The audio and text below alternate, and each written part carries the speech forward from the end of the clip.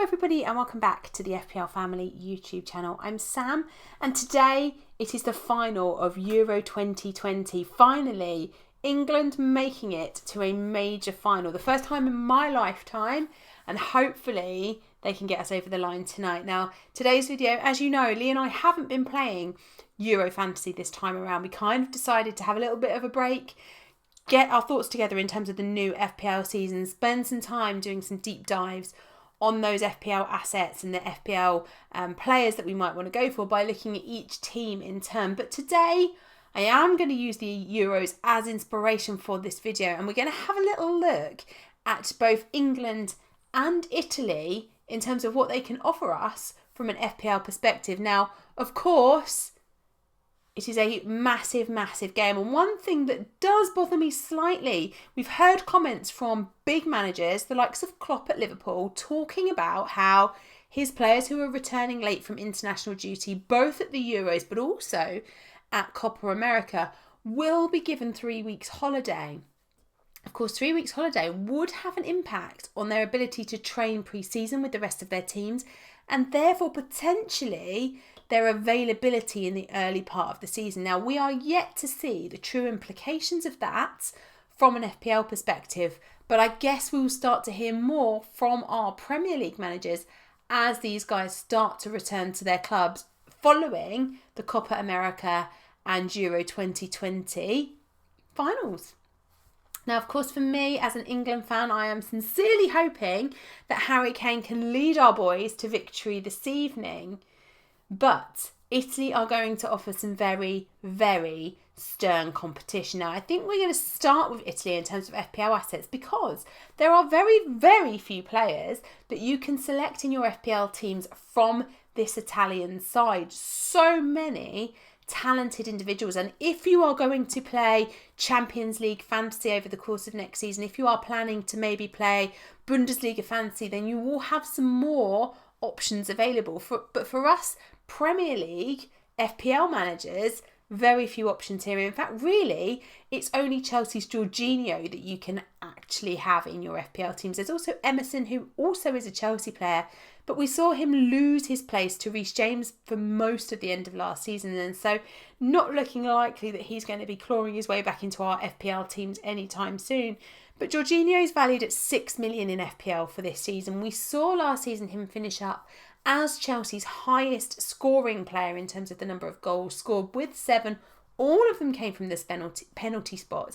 And indeed, we've seen him continue his ridiculous run of penalties in the semi-final when he knocked Spain out with his final winning penalty that put Italy through into tonight's final. So it is really only Jorginho that we can go for. For me, the Chelsea team looks like it has so many really nice options, some of whom we'll see in the England squad shortly, but Jorginho is not one of the ones that I'd be looking for from an FPL perspective. If you are looking for a cheap option because you want penalties, then maybe I can get on board with it. But at 6 million, I think that there are better options, even if you just have an extra 0.5 to look up to, say, Rafinha. But if you don't have that extra 0.5, there are also some really nice cheaper options available in the game too this year. So Jorginho, at 6 million, the only real option that we've got from our Italian friends, if we want to invest in them from an FPL perspective. But it is a complete contrast when we look at the mighty England squad. So many of these guys are available for selection. Now, of course, this graphic was built before we had a couple of changes to the England squad. So, of course, after the squad and the team numbers were announced, we saw Trent Alexander-Arnold have to withdraw through injury and be replaced by Ben White. And we also saw, as the tournament got underway, we saw the replacement of Dean Henderson, who had to withdraw with a hip injury to be replaced by Ramsdale. So we have had a few changes from the people that are pictured on this graphic. However, we still have a huge number of the 25 that we can select in FPL for next season. Indeed, there's only 4 of them that we currently, and I say currently for a couple of reasons which I'll get to in a minute, but only 4 of them who we currently couldn't select. We've got Kieran Trippier at Atletico Madrid, Ramsdale at Sheffield United, Sam Johnston at West Brom, and Jude Bellingham at Dortmund. So we have 4 of them that we can't select, which leaves us with 21 potential FPL assets in this side. Now, of course, we have the part that I mentioned earlier about, being concerned about them coming back late. But for the majority of these players, they are very, very important to their Premier League sides. And therefore, I can't see them missing out early on in this season. Now, I say that we have 4 currently missing because there was a lot of talk out of West Brom in particular about how Sam Johnstone with teammate Pereira probably won't be hanging around at West Brom next season. And therefore, if he gets to move back into the Premier League, then again, he could become a potential FPL asset again. But for now, he's off the list. And if we just quick mention to Trent Alexander-Arnold and Dean Henderson, who both withdrew through injury, Dean Henderson, if we believe the reports in the papers, seems to be looking likely to be Manchester United's number 1, and at 5 million in FPL could be a really nice option, particularly, and I think only really, if David De Gea does indeed move away, which is what we're hearing in the press at the moment. At 5 million for a Manchester United goalkeeper, and one that we saw a couple of seasons ago when Dean Henderson was at loan at Sheffield United, how good he can be. So he could be a really nice option. Trent, of course, is going to cost you that much more money. He is one of, in fact, the most expensive FPL defender in the game, but he does rack over those points, not only in terms of clean sheets, which hopefully from a Liverpool perspective will be greater next season with the return of Virgil van Dijk from injury, but also with his attacking threat and attacking potential from set pieces also. Okay, let's look at the actual squad then that we have, or that Southgate is going to choose from tonight. We've obviously got Jordan Pickford, who we know sits really high on the fixture ticker. Everton have a remarkably good start to the season. My only concern with Jordan Pickford is he does have a tendency to make mistakes. And of course, he's got a brand new manager to go back to at Goodison Park this season, who he hasn't met yet. In fact, the only time he will have probably met him is when he was managing Liverpool, potentially. So let's see how that happens. Obviously, he's their first choice. Obviously, he has potential in these opening 8 fixtures in particular to keep a large number of clean sheets. It's just whether he beds in quickly on his return under his new manager.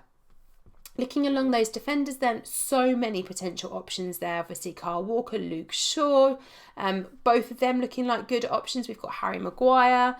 So many of the defence that you would actually look to invest in. In fact, there's very few of them there that I think would be bad options. Ben White for me is one that's really, really interesting. Hasn't played a lot for England, but my goodness, will he have grown in stature over the course of being involved in this tournament with England? And that can only be a positive if it's Brighton that he returns to. Still a lot of chatter in the community and across the media about potentially a move to Arsenal this summer. But if he remains at Brighton with the fixtures the way they are and defensively with how solid they have been, at his price point, I think Ben White will be a really wise investment. Isn't going to get you as many attacking returns as some other options across that Brighton back line, but security of starts is 100% there for him. Whether he's still worth the value if he's at Arsenal, I think he probably is. And no doubt he will strengthen that Arsenal backline if that's where he chooses to go this summer. So he could be a really nice option. Then, of course, when we have a little look further up the field, we've got, sticking with Arsenal for a minute, we've got Saka, who for me has had a phenomenal tournament. And again, another one of these players that not only just by being involved in the England squad will he have grown up a lot over the course of this, but he has played a lot of minutes for England and has played a lot of minutes really well. Again, nice cheap price point in FPL this season. So he is one that I am definitely keeping a close eye on going into next season. I think for Arsenal, he could be the one that unlocks those ability to have those other premium assets that we want because he's so much cheaper. He's going to be a really nice enabler for us, I think, in the 21-22 season. Jack Grealish, really unlucky, I thought, for him to be substituted during the game. The semi-final game against Denmark, he came on, I thought he played well, and was a bit of a sacrificial lamb in many ways because Southgate was changing things up tactically to ensure England progressed to that final. And I loved the comments from Grealish after the game about, it's fine, Gaffer, you don't need to explain why you did what you did. The important thing is that we are in the final. And I thought, yes, Jack Grealish, you've absolutely nailed that there.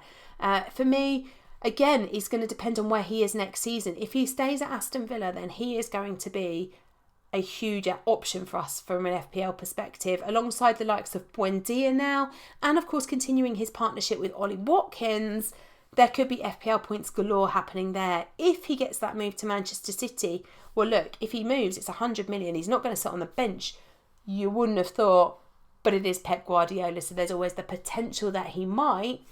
But if he gets that move to Manchester City, alongside some top quality players in that side, it will be very, very hard to overlook Jack Grealish going into the next season. And I think he will be popular among FPL assets, regardless of whether it is an Aston Villa or a Manchester City jersey that he is wearing come August when those games start kicking off again.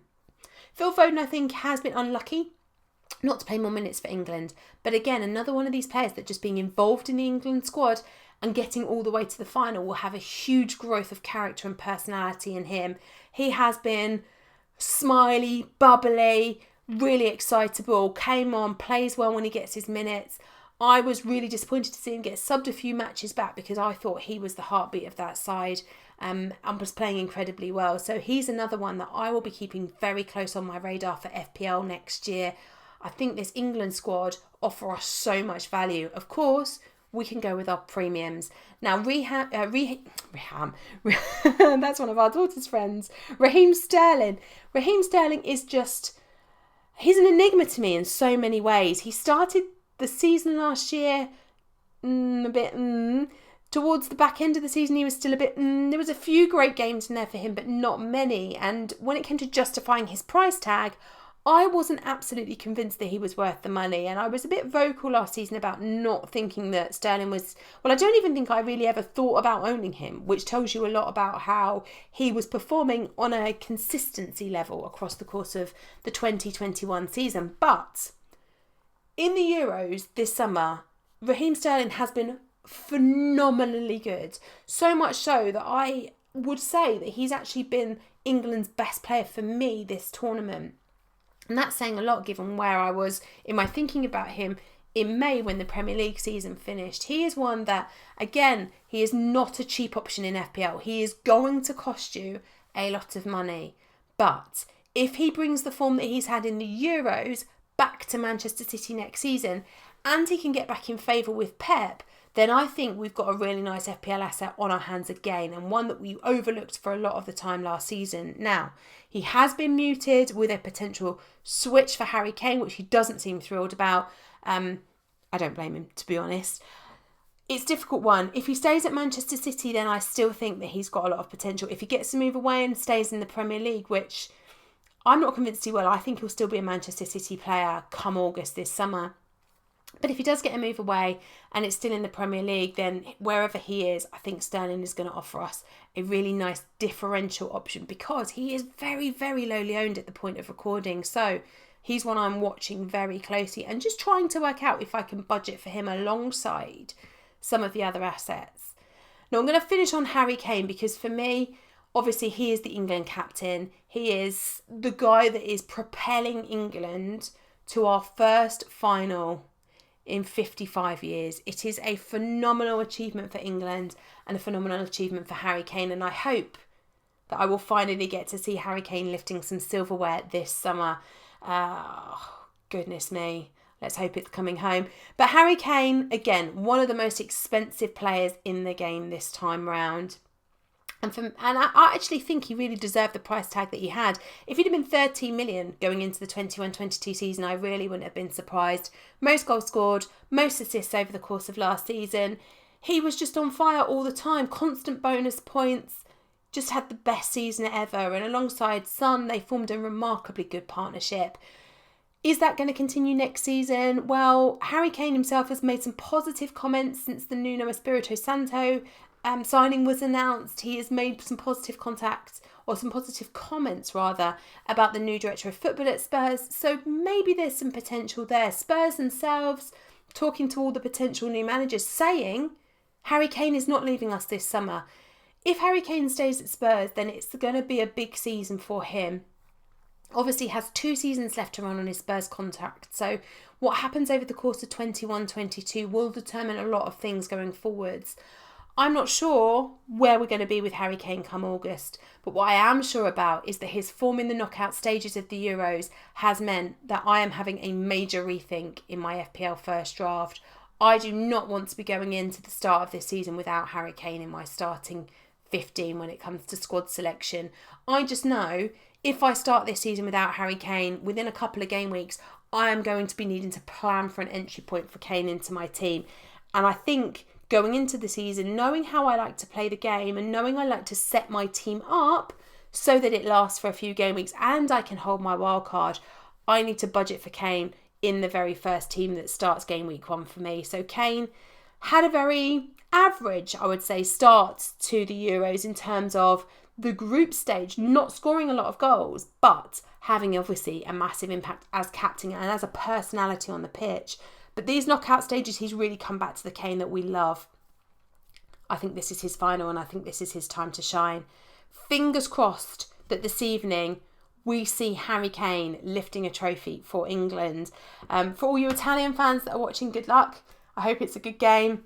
England, for me, though, offering such great FPL potential, and we have seen these players have a fantastic summer, and that confidence and that form can only bode well going into the 21-22 Premier League season. Right, that's it from me, guys. Enjoy the Euros final this evening.